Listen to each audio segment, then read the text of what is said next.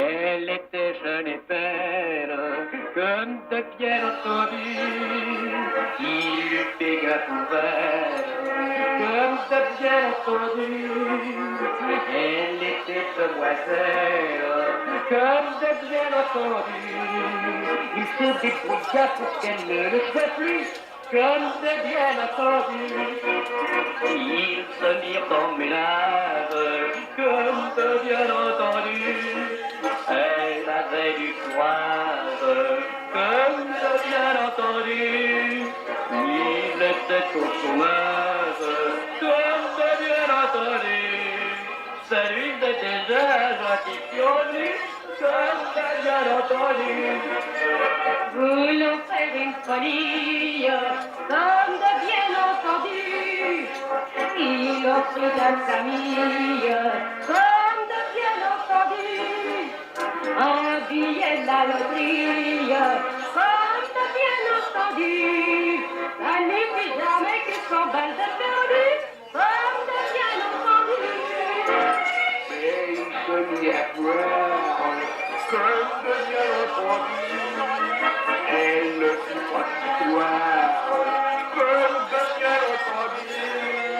Mais son pas histoire, comme de bien entendu.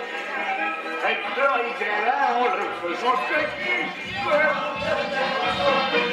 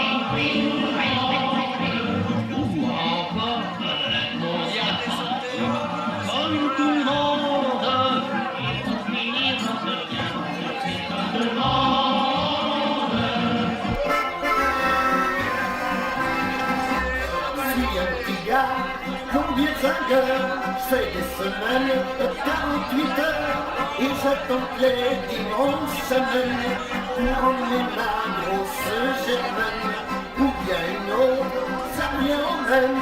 Mais moi je préfère quand même les mêmes à qui qu'un jour fou que j'ai dit si qu'on allait se promener chérie de l'été à Joinville, bon, tous deux nous irons, regardez bien c'est bien si que nous envie, on pourra aussi, se mettre à danser, au bord de l'eau, il y a des pêcheurs, et dans la marne, il y a des pêcheurs. On voit des gens qui mangent des moules ou des frites s'ils n'aiment pas les moules. On mange avec les doigts saignés. Il y a que les belles filles qu'on mange des yeux. Sous les tonnelles on mange des glaces. Et dans la marne on voit la carte rouge. Ah, Joinville, tout de nous dirons, regardez danser, bien si que vous envie, on pourra aussi, se mettre à danser, et dans la nuit, on va 9 heures, il y a plus de soeur, il y a plus de payeur, il y a plus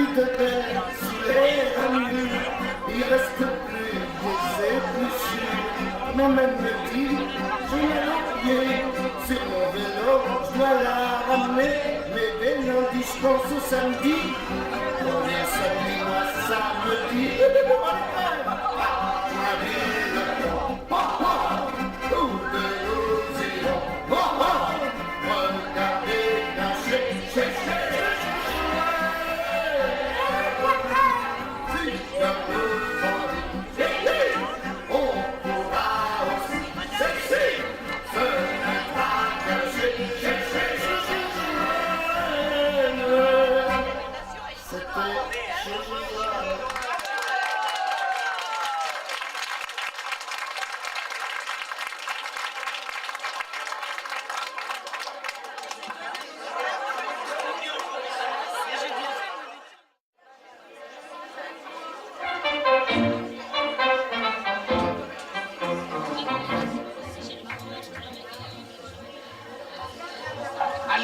Allô, James, quelle nouvelle? Absente depuis 15 jours.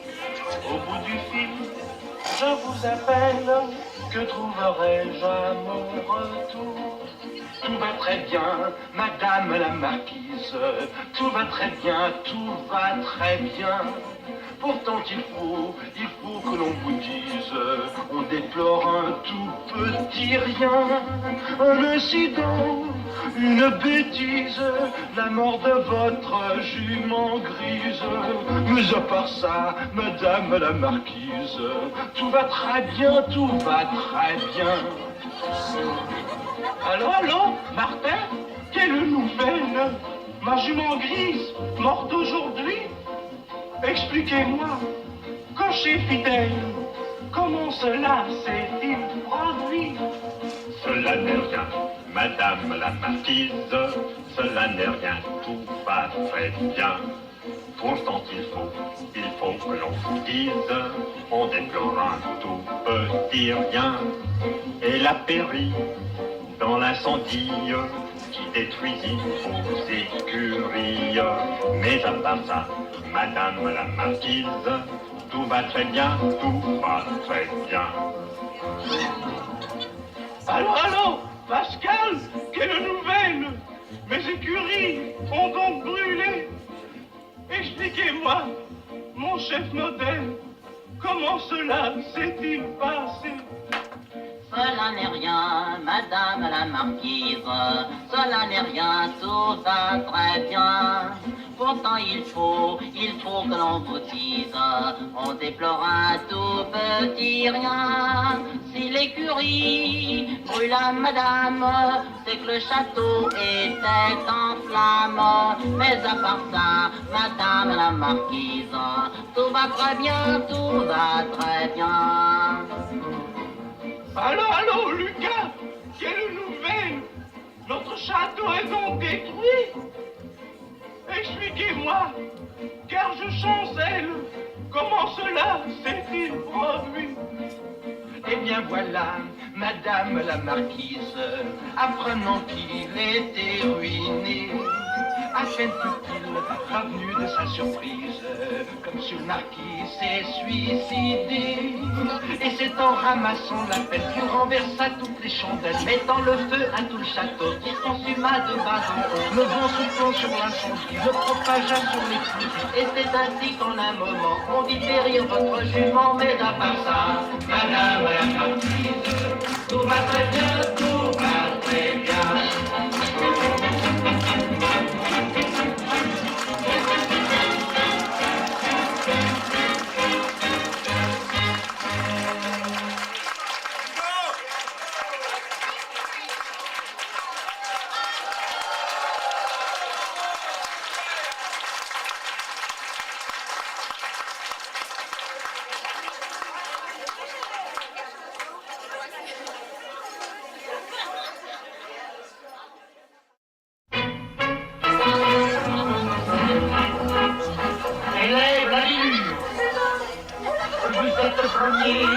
En histoire de France, eh bien parlez-moi de bien Vercingétorix.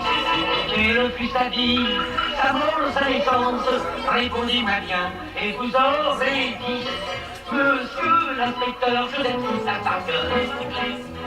vers Saint-Gitorix, les souliers Philippe, battit les Chinois un soir à Roseau. C'est lui qui lança la mode des slips, et pour sa morue sur un échafaud. Le sujet des notes blancs, vous aurez notes. On n'est pas des imbéciles, on a même de l'instruction. On les est papas, on les est papilles, on les est papillons. Élève Poularon, vous connaissez bien l'histoire naturelle. Eh bien, dites-moi ce qu'est un ruminant, explicitement. Et je vous rappelle que je donne 10 quand je suis content. Monsieur l'inspecteur, je l'ai tous à par cœur. Les ruminants sont des coléoptères, tels que la langouste et le rat d'égout, le cheval de bois, le poulain belle-mère, qui bat sur sa proie et qui cavale tout. Très bien répondu, je vous donne 8 pas plus. On n'est pas des imbéciles, on a même de l'instruction. On les est papas, on les est papilles, on les est papillons. Élève Troufine, vous connaissez bien la géographie, eh bien citez-moi les départements, les fleuves et les villes de la Normandie, ses spécialités et ses représentants. Monsieur l'inspecteur, je l'ai tous à par cœur. C'est en Normandie que coule la Moselle, capitale des îles et chef-d'œuvre Toulon. On y fait le caviar et la mortadelle, et c'est la courue qui libère des sons. Bravo, mon ami, je vous donne le fétis. On n'est pas des imbéciles, on a même de l'instruction. On les est papas, on les est papilles, on les est papillons. Élève contre la raison. Vous êtes le dernier, ça melon morose, je vous mets dans la classe, sous la main, dans le fond, en philosophie, savez-vous quelque chose? Répondez-moi oui, répondez-moi non. Monsieur l'inspecteur va nous servir par cœur. Oui, je suis le dernier, je passe pour un ministre, et je m'en fous, je suis près du radiateur. Et puis comme plus tard, je veux devenir ministre, je serai calé, plus j'aurai de valeur. Je vous crie bravo, et je vous donne 0. On n'est pas des imbéciles, on a même de l'instruction. On les est papas, on les est papilles, on les est papillons.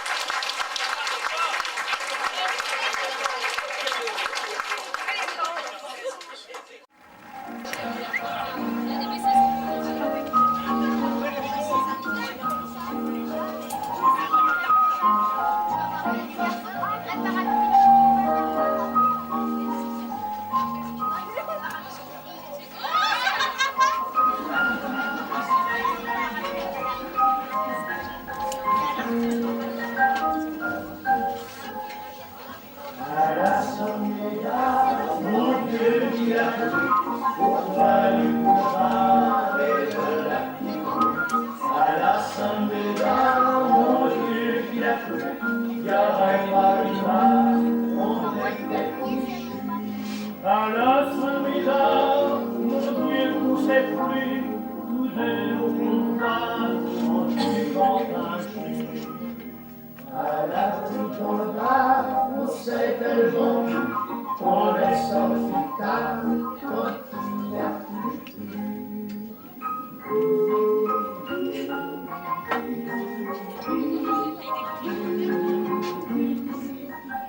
Quand il fait le jour de la Saint-Médard, pendant 40 jours, on prend son rifle, les marchands de pépins et le latin se frottent les mains, font bien ses jambes. Dans notre petit bar, on se retrouvait à midi un quart, et on attendait. Quand il me l'a dans les nuits, gardons le confort, la nuit revient.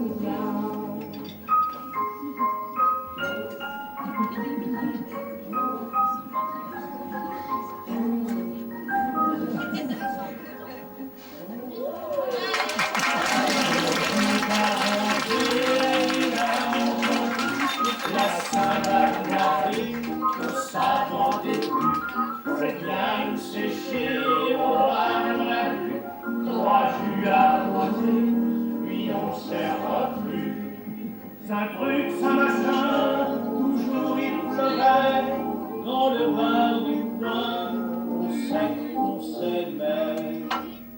Au bout de 40 jours, quand il a fait beau, notre histoire d'amour est tombée dans l'eau.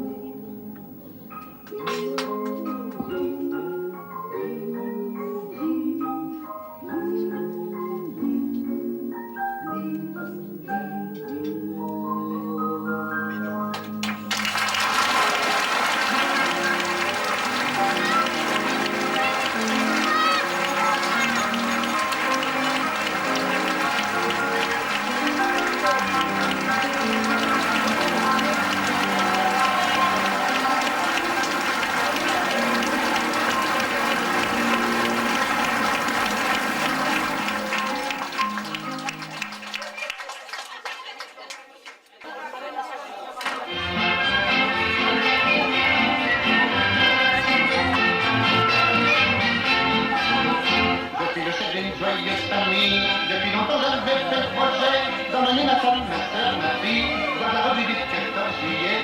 Puis après avoir cassé la côte, encore nous sommes mis en route. Les deux femmes avaient pris le devant, moi je donnais le bras à belle maman, chacun vêtant, porter le pouvoir vous, lancer. D'abord moi je portais les pruneaux, ma femme portait deux jambes verts comme rideau, avec une tête de veau. Ma fille son chocolat et ma soeur deux œufs sur le plat. Qu'elle est contente, nous marchions triomphants, en allant à Longchamp le cœur sans hésiter, car nous allions fêter, voir et complimenter l'armée française.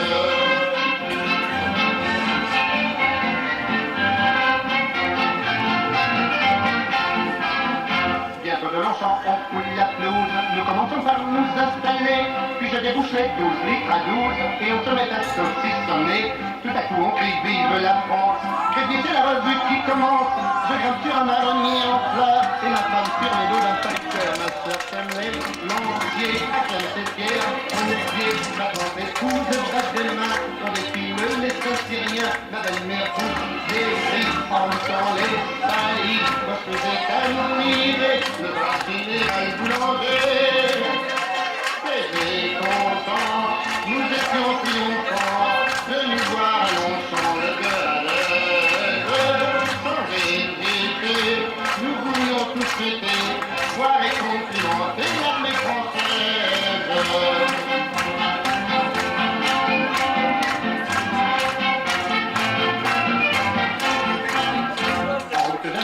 Militaire, à venir sur un facile un bras, mais à force de lécher des verres, ma famille avait son petit grain. Je quitte le bras de ma belle-mère, je prends celui d'une cantinière, et le soir lorsque nous nous rentrons, nous sommes tous complètement. Ma soeur qui était en train d'amener un fantassin, ma fille qui avait son plumet, sur un pied assis s'appuyait, ma femme sans façon embrassait un dragon, ma belle-mère au titre, galopait au bras de Burco. Qu'elle est content, nous allions triomphants, en revenant de Longchamp le cœur à l'aise. Sans hésiter, nous venions déclamer, voir et complimenter l'armée française.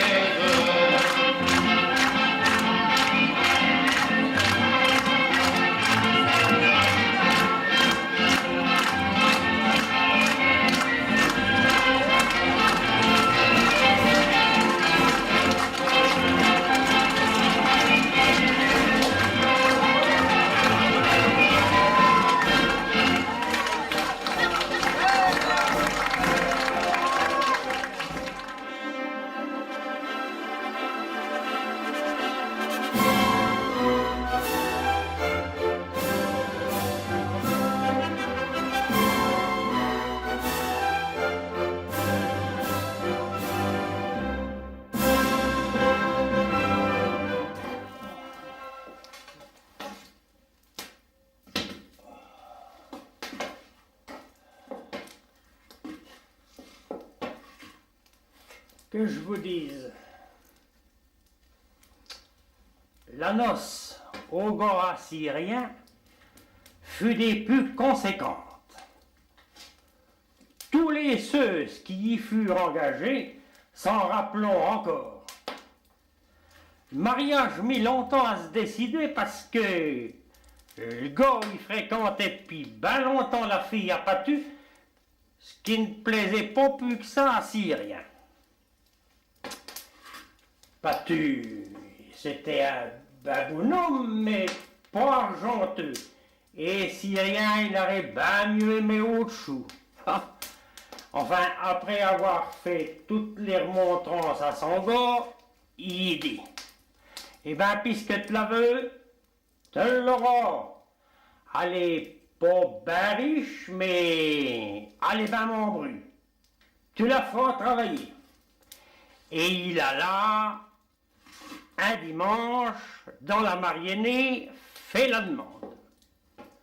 Tout de suite, on décida qu'il fallait faire une jante noce, parce que Cyrien voulait pas faire voir au monde sa déplaisance et que Patu voulait faire des embarras.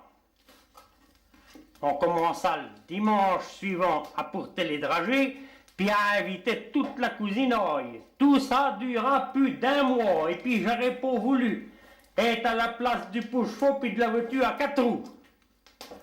Enfin, le jour du mariage finit par arriver, pas un invité ne manqua de venir.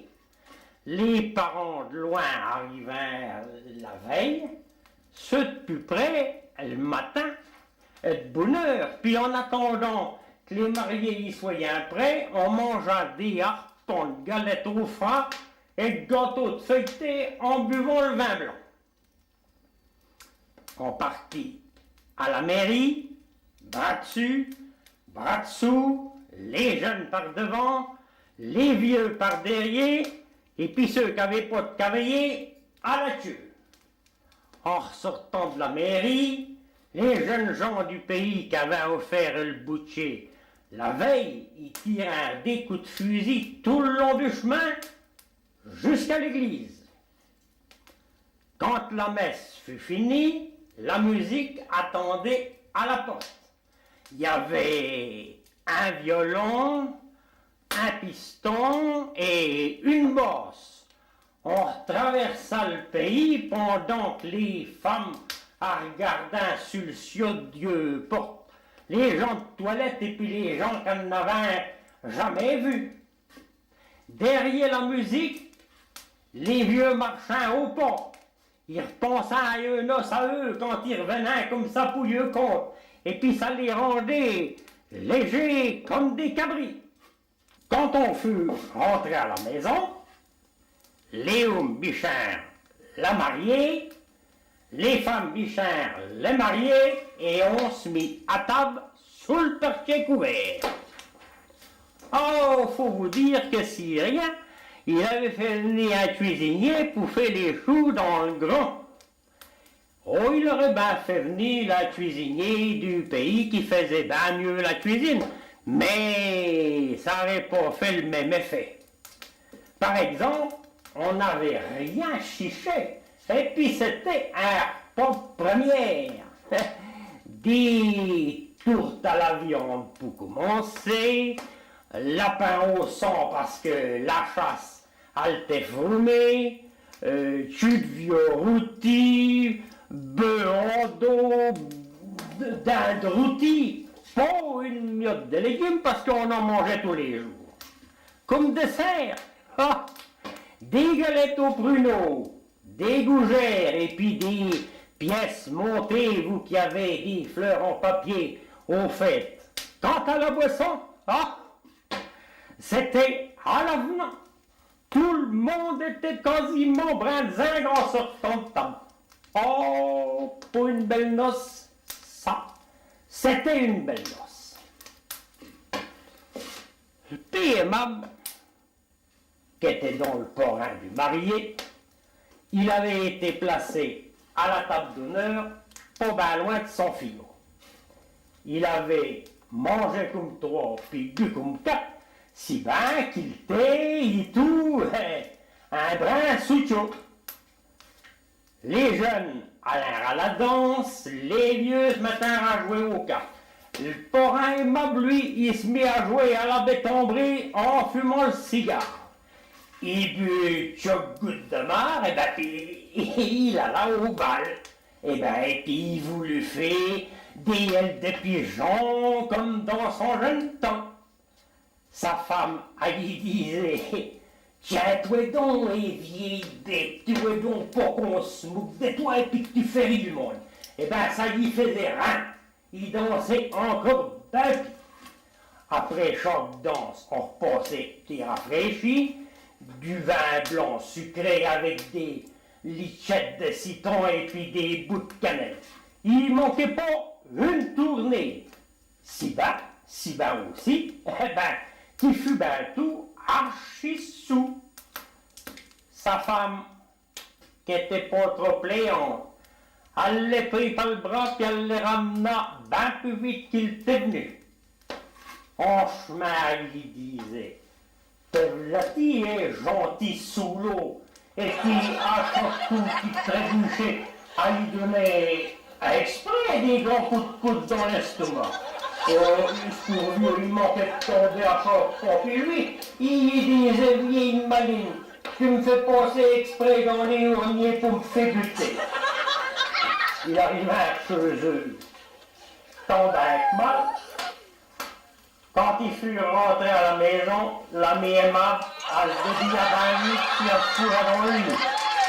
Et ben, puis elle laissa là son bonhomme, planté au milieu de la chambre, comme un patio. Il ôta son papillon, il mit sur la table, il enleva sa gonesse qu'il laissa tomber sur une chaise, mais il ne put pas arriver à déboutonner son gilet. Tout d'un coup, il sentit qu'il devenait tout petit, et puis qu'il descendait à même dans le plancher, dans la cave.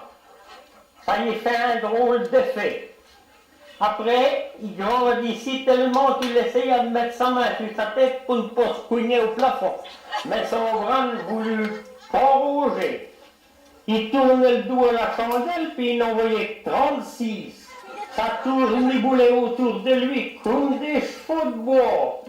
Après, il se crut sur avec chaud. Ça montait, ça descendait, ça allait à gauche, à droite, du revers, ça le poussait par devant, ça le tirait par derrière. Il se tenait d'une main à la table et puis de l'autre à la chaise. Oh, et puis d'un coup, il frouma les yeux. C'était un naufrage. Il entendait des milliers de cloches qui sonnaient dans ses oreilles. Il voyait des milliers d'étoiles qui papillotaient. Il sentait des marteaux qui y tapaient sur les tempes. L'eau y sortait de la pure plus groupe des poirons, puis ça lui dérigoulait dans l'arrêt du doux. Oh, bonne Jean, il aurait bien voulu que ce soit un autre à sa place, parce qu'on ne peut pas être plus malade pour mourir. Et puis d'un coup, il se sentait sur la terre ferme. Il rouvrit les yeux, puis il vit qu'il était chez eux, et puis tous les meubles de la chambre, il passaient devant le nez en tournant autour de lui. Il entendit une voix qu'il reconnaissait, et puis qui lui disait, « Eh ben, quoi donc tu fais là? Tu vas t'y battre ni coucher. » Et il répondit après s'être campé tendrement sur ses jambes, « J'attends de lui